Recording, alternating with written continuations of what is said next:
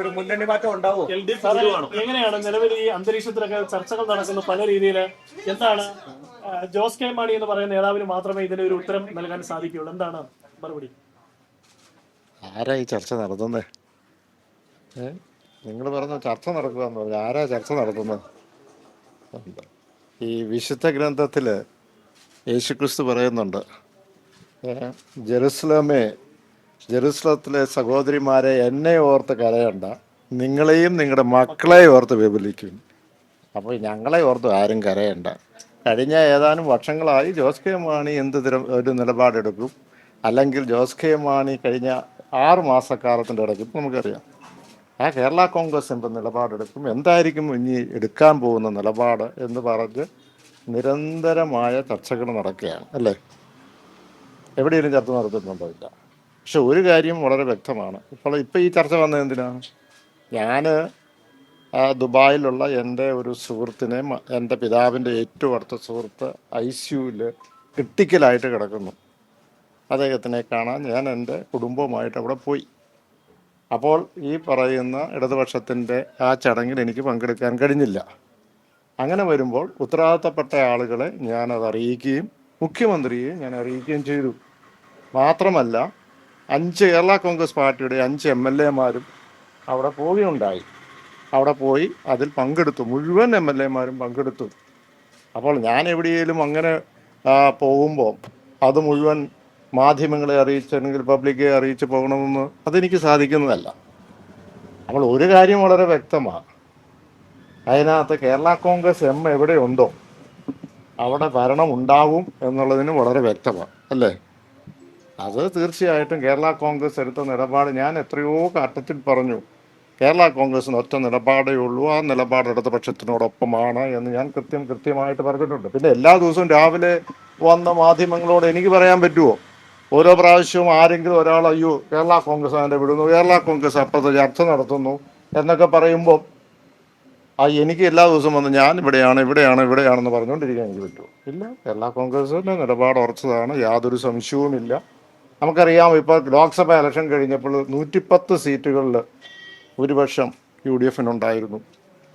നിയമസഭാ മണ്ഡലങ്ങൾ ഇപ്പോൾ അത് 80 അപ്പോൾ തീർച്ചയായും അതുമായി ബന്ധപ്പെട്ട് വലിയ ആശങ്ക മറ്റ് സ്ഥലങ്ങളിലുണ്ടാകും. അപ്പോൾ അതുകൊണ്ട് ഞങ്ങളെങ്ങാണ്ട് അങ്ങോട്ട് മാറി ഇങ്ങോട്ട് മാറി എന്നുള്ള ചർച്ചയ്ക്ക് എന്താണ് പ്രസക്തി? ഒരു പ്രസക്തിയില്ല. ആര് പറഞ്ഞു? മുന്നണി യോഗത്തിൽ ആരെങ്കിലും കേരള കോൺഗ്രസ് റെപ്രസെൻറ്റേറ്റീവ് വേണമെന്നുള്ളതാണ്. എല്ലാ മുന്നണി യോഗത്തിൽ ഞാൻ പങ്കെടുത്തിട്ടുണ്ടോ? പാർലമെന്റ് ഉള്ളപ്പോൾ ഞാൻ പങ്കെടുത്തിട്ടില്ലല്ലോ. അവിടെ സ്റ്റീഫൻ ജോർജ് ഉണ്ടായിരുന്നല്ലോ, അവിടെ ഞങ്ങളുടെ ആൾക്കാരുണ്ടായിരുന്നല്ലോ, അതുമായിട്ട് ചർച്ചകൾ നടത്തിയിട്ടുണ്ടല്ലോ. ഈ നിയമസഭ ഈ ത്രിതല പഞ്ചായത്ത് തെരഞ്ഞെടുപ്പുമായി ബന്ധപ്പെട്ടുള്ള അന്നത്തെ റിസൾട്ട് വന്നതിന് ശേഷം ആദ്യത്തെ LDF യോഗത്തിലും അവിടെ വിലയിരുത്തുകയും നമ്മുടെ നിലപാടുകളും എന്താണ് ഉണ്ടായതും ഒക്കെ ഞങ്ങൾ ചർച്ച ചെയ്തിട്ടുണ്ട്.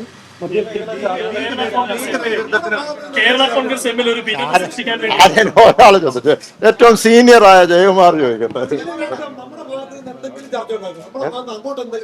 എന്തിനാ ചർച്ച നടത്തണം? അല്ല, ഞാൻ പറഞ്ഞ അവിടുന്ന് ഇങ്ങോട്ട് ചർച്ചയല്ലല്ലോ. എപ്പോഴും അവിടുന്ന് പല സ്ഥലങ്ങളിൽ നിന്നുള്ള ഒരു കോൾ വരുന്നുണ്ടല്ലോ.